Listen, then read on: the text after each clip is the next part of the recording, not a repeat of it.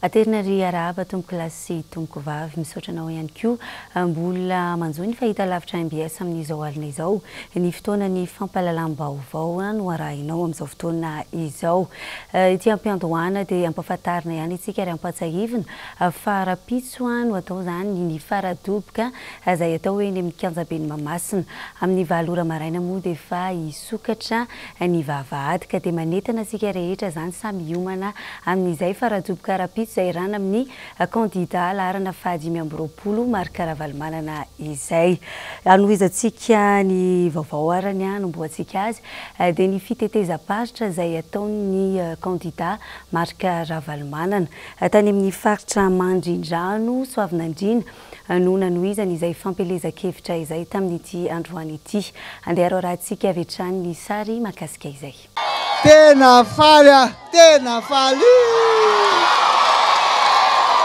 ary anareo koa tena faly be ka dia manahoana daholo nareo eto Soavinandriana Mandrindrano hoe salama zao amin'ny alarobia ho avy zao ny fifidianana fahandrony ny fifidianana fiodinana faharoa na ny deuxième tour dia izay natongavana ety ampatsiahanareo ary hiantso anareo ary hanentana anareo tsy maintsy asitsika mifandrimpahalemana mba tena ilamina tsara ianareo tena mipetraka tsara ny fanananareo tsisy mikitikitika tsony aza matahotra fa haindady zany ny fahasalamana mivoalohan-karena anareo ve zany tsy maintsy sabona tsy maintsy karakaraina mivahoaka malagasy fa za matahotra anareo dia manaraka reto ankizy reto tsy maintsy ampianarina efa tonga le kitskolera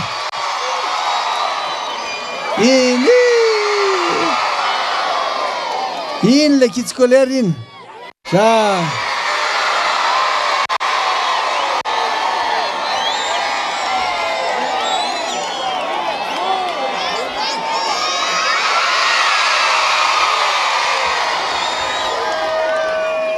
tena anareo reo fa aveo ameny dada ohatrany rety daholo anareo fa za matahotra tsy maintsy azonareo ve tena tia ankizy mihitsy dada ary tena tiako fa tsy hoe tiako tena tiako mihitsy ny ankizy mahay efa mianatra nareo dia mahazo tsara an'ireny ary ny ankizy mahay tsy mba very mandeha mihitsy zay ihany ny arena tsara indrindra dia ny fahaizana rehefa mahay dia tena tsy very mandeha dia zao ianareo mpampianatra ihany koa tsy ho adino ianareo satria ianareo manabe mikolokolo ny taiza aza matahotra nareo fa fantatra dada ny tokony atao za matahotra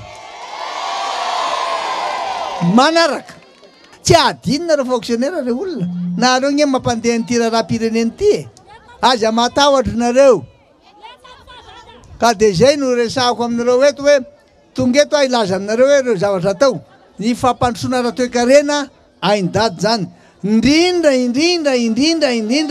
2,50 isanjata vahoaka malagasy aty ambany vohitra dada tatsa fatany ny ilainareo ay ny ilainareo ny zavatra tena fantatra tena ilainareo indrindra dia mampitombo ny vokatra isaka zay hektara na vary io na ovy io na katsaka io ninina aindady zany fa de matahotra anao azonareo ve dia zao ny zavatra anankiray tena ampandrosotsika ny firenentsika dia zao tsy maintsy mirahina daholo isika mianakavy eo nisy n'le fiombonana mampiombona dia mampitovy lanja miombona aloha dia mampitovy lanja nrehetrarehetra dia rehefa aveo mandeha amin'izay le tena fampihavana-pirenena marina fa tsy mety tsara velatsy zay manainga lao andaingana izy fitsika miombona dia miavana dia mandroso am'izay rehefa aveo azonareo ve zany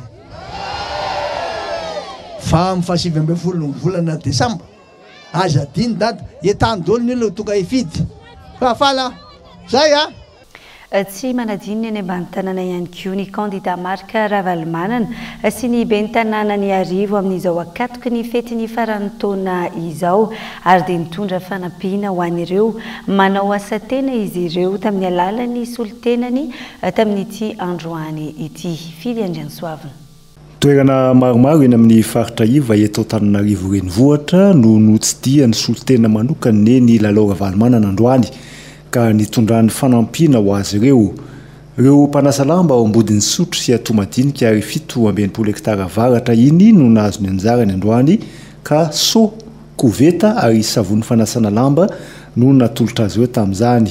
Izao no natao dia namaivanana azy ireo eo ampanatotosana ny asany.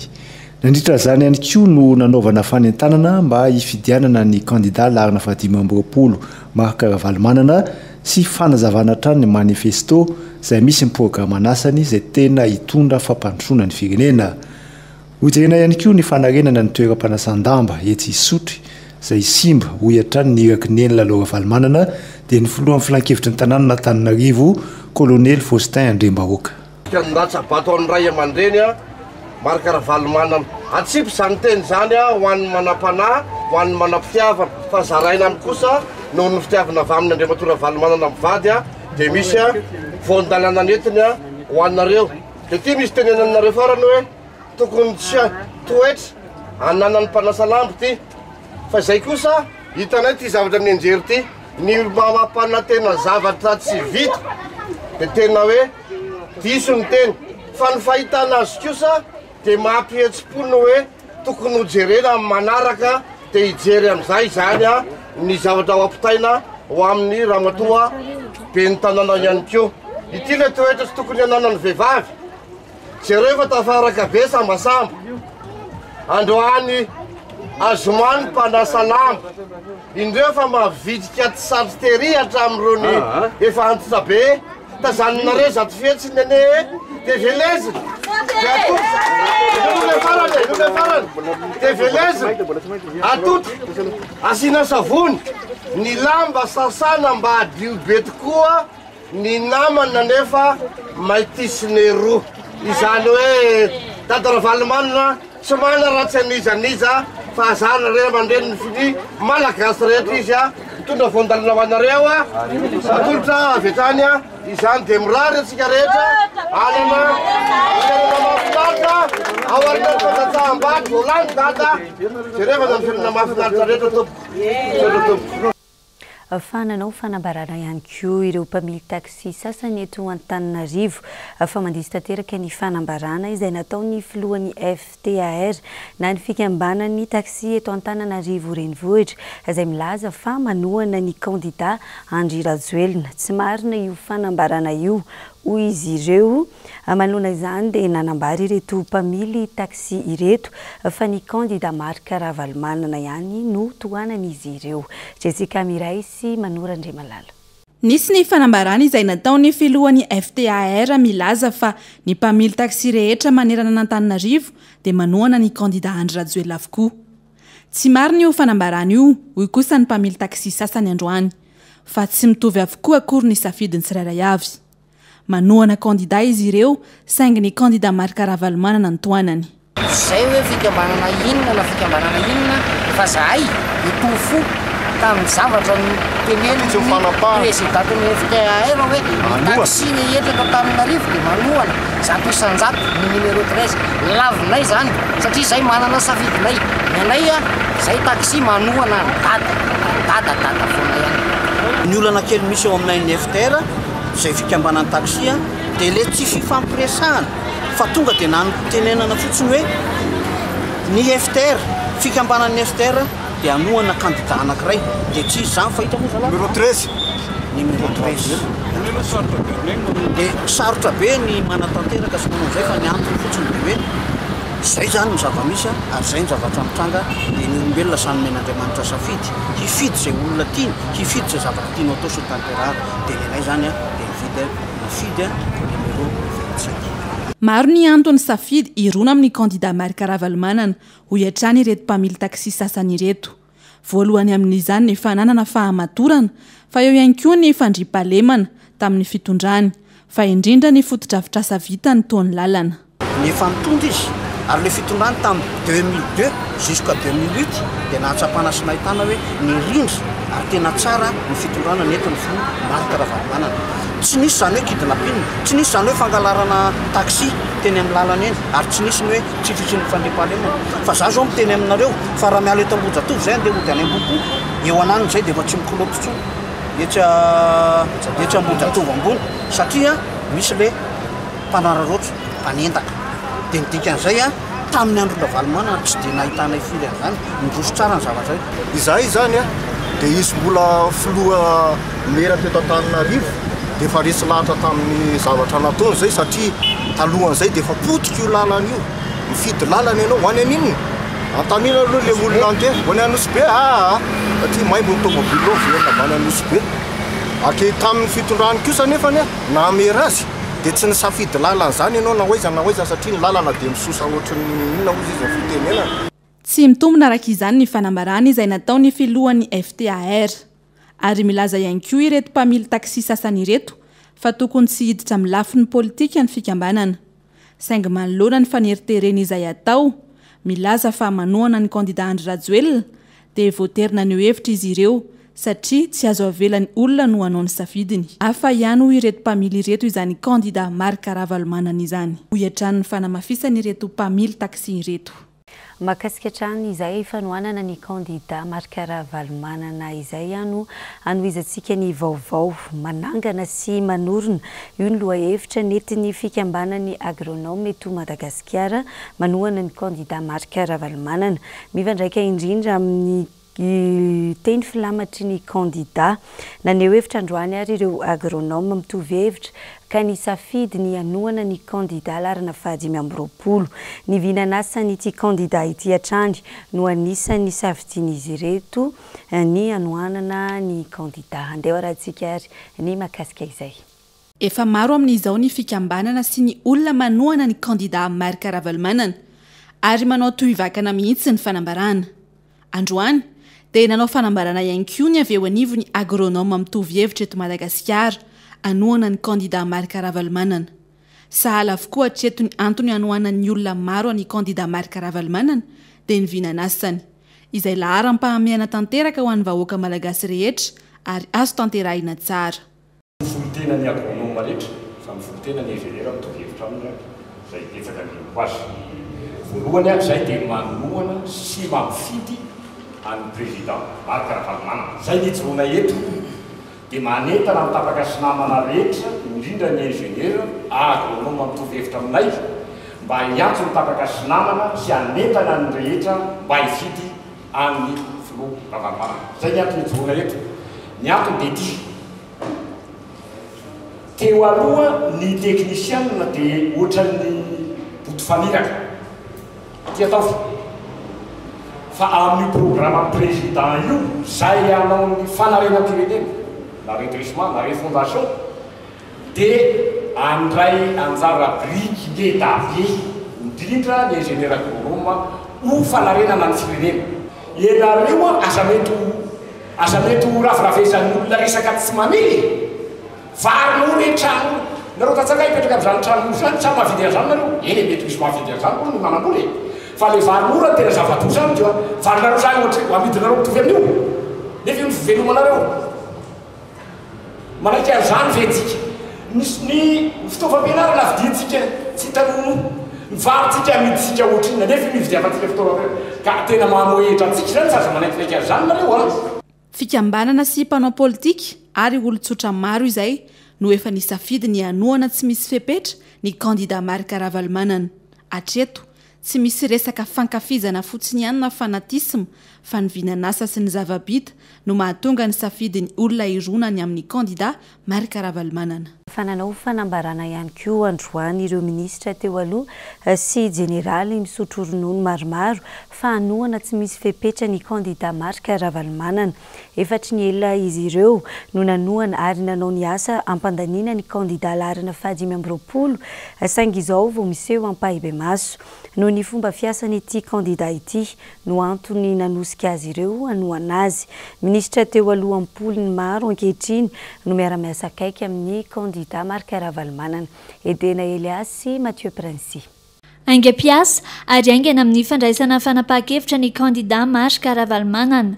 efa hitataratra izany tao anatin'ny fanatanterahana ny fandaharanasany fony izy mbola teo amin'ny fitondrana. Io no antony nanosika ireto minisitra teo aloha sy jeneraly misotro ronono ireto anohana ny kandida laharana fahadimy amby roapolo amin'ny tsy fifidianana fiodinana faharoa ity. Andriamato Ravalomanana dia anisan'ny olona aingam-piasa mihitsy izy.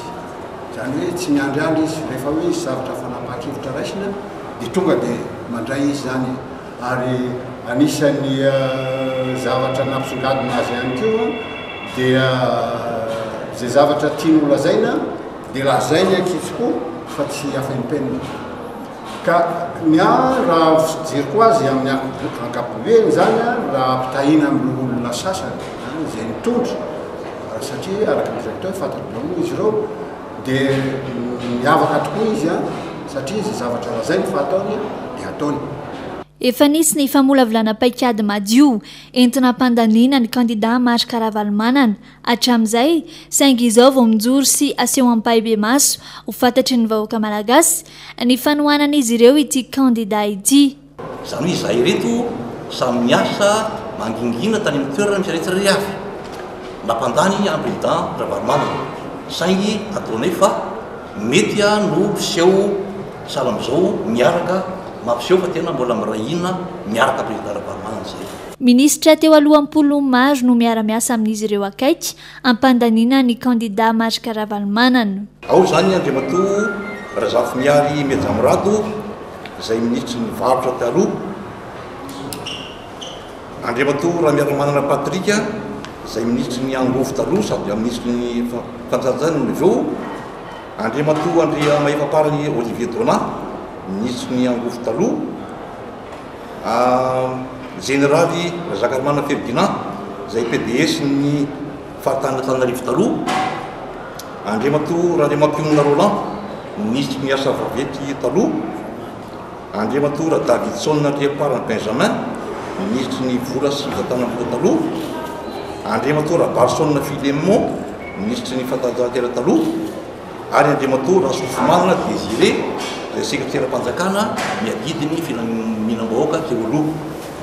Ankoatran'ireo dia mbola misy ministra taloha 5 izay miaraka aminay sy mankasitraka an'izao koa saingy tsy afaka miseho noho ny misy an'ilay hoe devoir de réserve amin'ilay satana manokana mety miseho zareo amin'ny asa taony ary koa amin'ilay asa izay sahan'ny taloha na teo aloha. Efa samy nahita ny fomba fiasan'ity kandida Marika Ravalomanana ity avokoa ny ankamaroany ireo mpanao politika. Tsy ny ministra teo aloha ihany fa hatramin'ireo solombavam-bahoaka marobe, hatramin'ny kandida ho filoham-pirenena ny fanandrina taminy ny prime ministre teo aloha, ireo lohandohan'ny mpanohitra azy tamin'izany fotoana dia samy miaiky fa manana famatorana afaka miatrika ny fitantanana ny firenena Andriamato Marika Ravalomanana. Eo amin'izay vaovao politika izay hatrany dia navoaka ny teo anivon'ny Bianco ny tsy ambaratelo ny famotorana n'Andriamato mbola Rajaona raha nambarany mpisolo vavazy androany. Mbola tsy misy akory ny fiainona ity mpandraraha ity momba ilay fitoriana faharoa dia efa nisady ny fampafantarany Bianco ny mikasika io fitoriana io ho hiatrany ny mpisolo vavazy Eric Rafidson. Manahy ihany koa ireto mpisolo vava ireto fa misy ny fitongalana nataon'ny Bianco ao anatiny izao raharaha izao satria ny fototra ilay fitoriana voalohany ihany no ny angiana nanaovana ny fitoriana faharoa. Edena Hely Hatrany no mitatitra antsika ny vaovao. Ny alarobia 12 Desambra teo ny daty voatondra naovana ny famotorana n'Andriamato mbola Rajaona teny amin'ny Bianco ao anatin'ilay raharaha faharoa.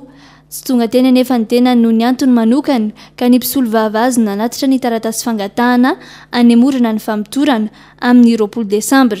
Tsy nanaiky izany anefa ny teo anivon'ny Bianco ho hiatrany ity mpisolo vavazy ity. Esakilan'izay efatra ny ampiandohanany nangataka ny votoaton'ity fitoriana faharoa ity izay ampanatsonana Andriamato mbola Rajaona ny mpisolo vavazy saingy tsy nahazo raha tsy tamin'ny alarobia 12 Desambra teo. Izany hoe tsy azo mihitsy ilay fond de dossier izay nangatahako raha tsy tamin'ny fotoana nomeny zareo anaovana ny ankety.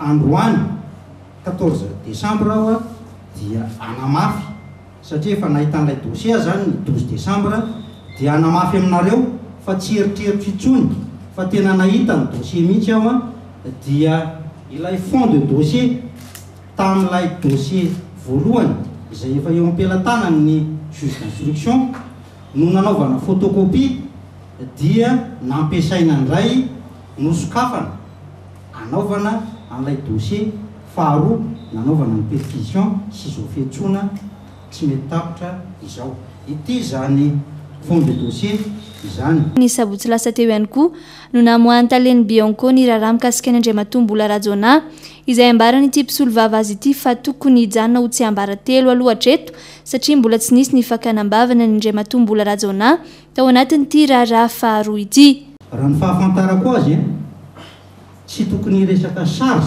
mihitsy ny mpanao fampitorana raha tsy efa natao audition ilay olona ho atao ankety azy mbola tsy nanontaniana mbola tsy nohenona ahoana no ahafahany mpanao fampitorana sahady mampafantatra ho rentany rendanitra fa misy charge ilay dossier izany hoe tsy misy akory zany ny fihenona dia mety homeloka Andriamatombola Rajona ohatrany fahitako azy somary tongilana sahady ny Bianco ao anatin'ity fampitorana izay everiny atao amin'Andriamatombola Rajona ity. Mbola tsy fantatra mazavatra eto izay fanapa-kevitry ny Bianco mikasika ity raharaha ity. Nanatateraka atrikasa androany avy eo anivon'ny ministeran'ny rano fanadiovana ary fidiovana anaovana jeritodika ny taona 2024 tapaka tamin'izany atrikasa izany ny fametrahana ny programa nasa mikasika ny fanomezana rano fisotro madio izay arahana amin'ny ministeran'ny rano misalaha amin'ny ministeran'ny fahasalamana sy ny ministeran'ny fanabeazam-pirenena. Jessica Miray sy Manora Andriamalala. Firenena anisany mbola miaina anaty tsy fahazon-drano fisotro madio i Madagasikara raha nitatitra navoaka ny OMS na Organisation Mondiale de la Santé sy ny UNICEF na ny sampandraharaha iraisam-pirenena misahana ny ankizy ny taona 2017 dia mbola ny 370 amin'ny Malagasy ihany no misitraka rano fisotro madio ary zara raha 7.70 izany ho an'ny faritra atsimo. Efa misy kosa amin'izao ny fananganana fotodrafitrasa anapariana rano fisotro madio any amin'ny faritra atsimo iny izay sahany ny ministeran-drano. Dia efa miroso miasa rano tokony ho izy misy ny karazany roa efa mandeha ao anatin'ny fazy 1 ampotaka zay ilay tsona anazy amin'ny ara teknika rano miainga avy any ampotaka izy io dia eo amin'ny 140 km iny aloha efa vita ary efa andalana fametrahana ny rafi-pitantanana hitantana amin'izay pipeline izay amin'izao fa ankoatran'izay koa misy an'ilay Bemamba sy Sampoina izay efa nisy ny any amin'ny source zany ny amin'ny fangalana ny rano efa vita ny asa rehetrarehetra efa nisy ny fitsidiana ara teknika nataon'ny tokony andraikitra ny ministera tamin'ny fotoana vitsivitsy lasa izay. Manoloana ity trangana tsy fahazon-drano fisotro madio saika manerana ny nosy ity araka izany dia ametraka programa nasany avy eo anivon'ny ministeran-drano fanadiovana sy fidiovana mba hanamorana ny fahazony rehetra rano fisotro madio manerana ny nosy. Ny zavatra izay atrehan'androany taorianany fakakevitra natao tany amin'ny faritra rehetra ho an'ny fametrahana ny programa nasa momba ny resaka rano fisotro madio fanadiovana sy fidiovana dia anangana comité stratégique lehibe anankiray ametraka ny politika ny secteur comité stratégique izay ivondrona ny ministera maromaro miara-miandraikitra mivantana na ankolaka ny resaka rano fanadiovana sy fidiovana. Nisy moa androany ny atrikasa nataony avy eo anivon'ny ministeran-drano fanadiovana ary fidiovana mba hanapahana sy ametrahana ity programa nasa hanomezana rano fisotro madio izay notarian'ny ministry ny rano Roland Ravatomanga.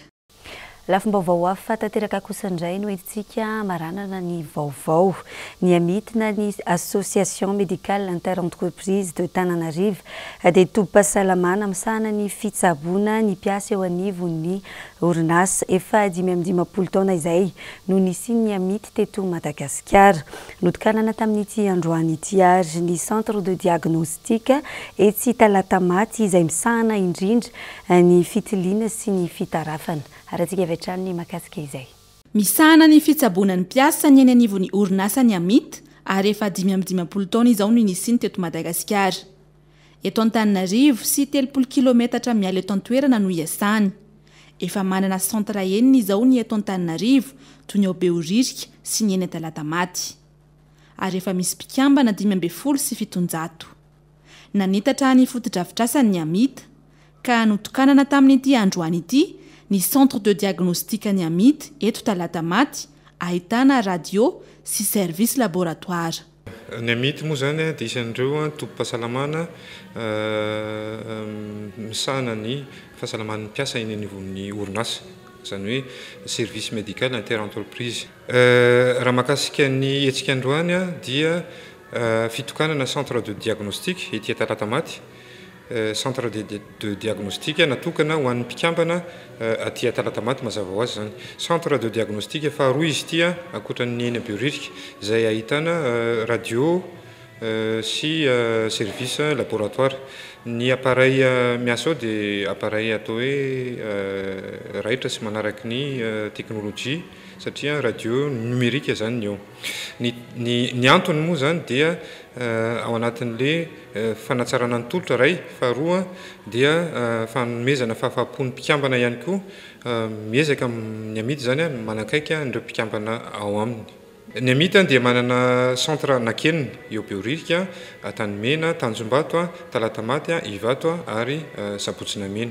Raha ny mpikambana ao aminy ankehitriny dia misy orinasa mpikambana 5 sy 700 ary ahitana mpiasa 5 sy 700 sy 5,000 sy 4 alina. Ny amita amin'ny mahatoeram-pitsaboana iombona ny orinasa azy dia mikarakara ny fahasalaman'ny mpiasa, izany hoe misoroka ny tena anjara asany toy ny maladie professionnelle sy ny accident de travail. Ataon'ny amita daholo ihany koa ny fitsaboana rehetra na ny médecine générale.